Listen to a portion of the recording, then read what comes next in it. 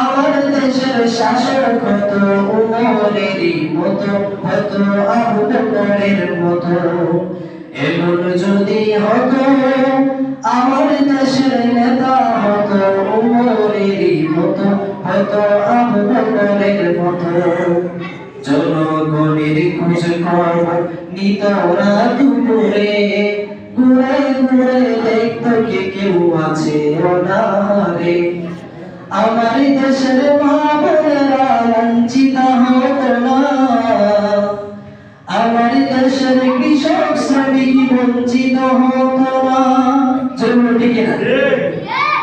আমার দেশের মা বোনেরা লাঞ্ছিত হতো না, আমার দেশের কৃষক শ্রমিক বঞ্চিত হতো না।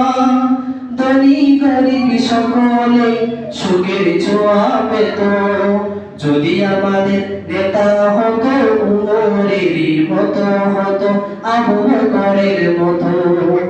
এমন যদি হতো, শুনুন, এমন যদি হতো আমার দেশের শাসক হতো উমরেরই মতো, হতো আবু বকরের মতো।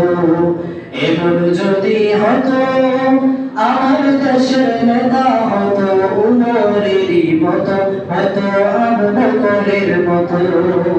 সুতরে বলুন ঠিক কিনা? তাহলে কোনো দুর্নীতি থাকতো? কখনই থাকতো না। কেবল আমার এজন্য আসুন, সময় খুবই সংক্ষিপ্ত, আমরা যে কথাগুলো বলেছি বিশেষ করে আবার এখান থেকে আমরা আগামী জুমায় শুরু করবো ইনশাআল্লাহ। তো আমাদের যে মাসটি চলতেছে, আমি সর্বপ্রথম বলছিলাম এই মাসটি হচ্ছে শাবান মাস। কি মাস? এই মাসের মধ্যে একটি রজনী আছে, বরকতময় রাত। ওইটা হচ্ছে হাদিসের ভাষায় লাইলাতুল নিসফি শাবান। তো ওই রাত্রিতে আল্লাহ তাআলা অসংখ্য অগণিত মানুষকে ক্ষমা করে দিবে। সুবহানাল্লাহ। তাহলে এই রাত্রিতে আমাদের ক্ষমা পাওয়া লাগবে কি লাগবে না জোরে বলুন। তো এই জন্য সামনে এই রাত্রি, আগামী মঙ্গলবার দিবাগত রাত্রি, মঙ্গলবার দিনকে রাতে শবে বরাত, যেটাকে লাইলাতুল নিসফি শাবান বলা হয়, ওই রাত্রিতে আপনাদের এলাকায় আমি যেহেতু নতুন প্রথম আসছি, আমি যতটুকু শুনেছি, আমাকে যতটুকু অবগত করা হয়েছে, যে ওই সময় ওই রাত্রিতে একটা তাওয়াক্কের ব্যবস্থা করা হয়। কিসের ব্যবস্থা? তাওয়াক্কের ব্যবস্থা করা হয়। তো ওইখানে তাওয়াক খাওয়া সুন্নাত, তাওয়াক দেওয়া সুন্নাত। তো যদি আপনারা যারা আছেন এখানে এলাকাবাসী সকলেই আসছেন মোটামুটি, তো ওই রাত্রিকে কেন্দ্র করে আপনারা কিছু হাতিয়া কিছু টাকা যদি দেন